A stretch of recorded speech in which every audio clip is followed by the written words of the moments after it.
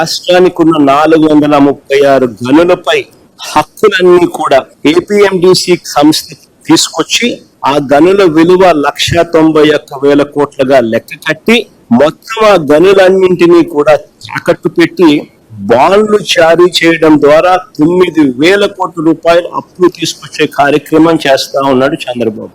ఇది ఎందుకు రాజ్యాంగం ప్రకారం తప్పు అని అంటే, రాజ్యాంగంలోని ఆర్టికల్ 293(1) ప్రకారం కన్సాలిడేటెడ్ ఫండ్ ను తాకట్టు పెట్టి అప్పు తీసుకునే వెసులుబాటు కేవలం రాష్ట్ర ప్రభుత్వానికి మాత్రమే ఉంటుంది.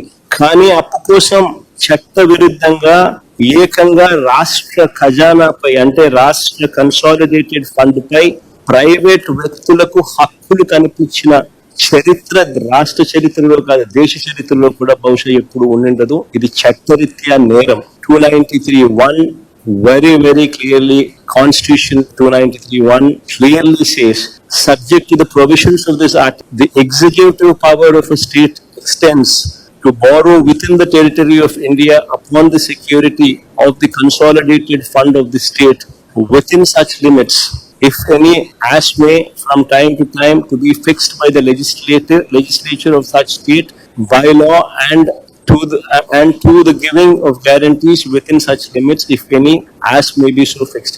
రాష్ట్ర ప్రభుత్వానికి మాత్రమే ఎక్స్క్లూసివ్ అథారిటీ ఉంటుంది. అంతేకాదు ఏపీఎండిసి భవిష్యత్తును కూడా చంద్రబాబు నాయుడు గారు అంధకారమయం చేస్తా ఉన్నారు.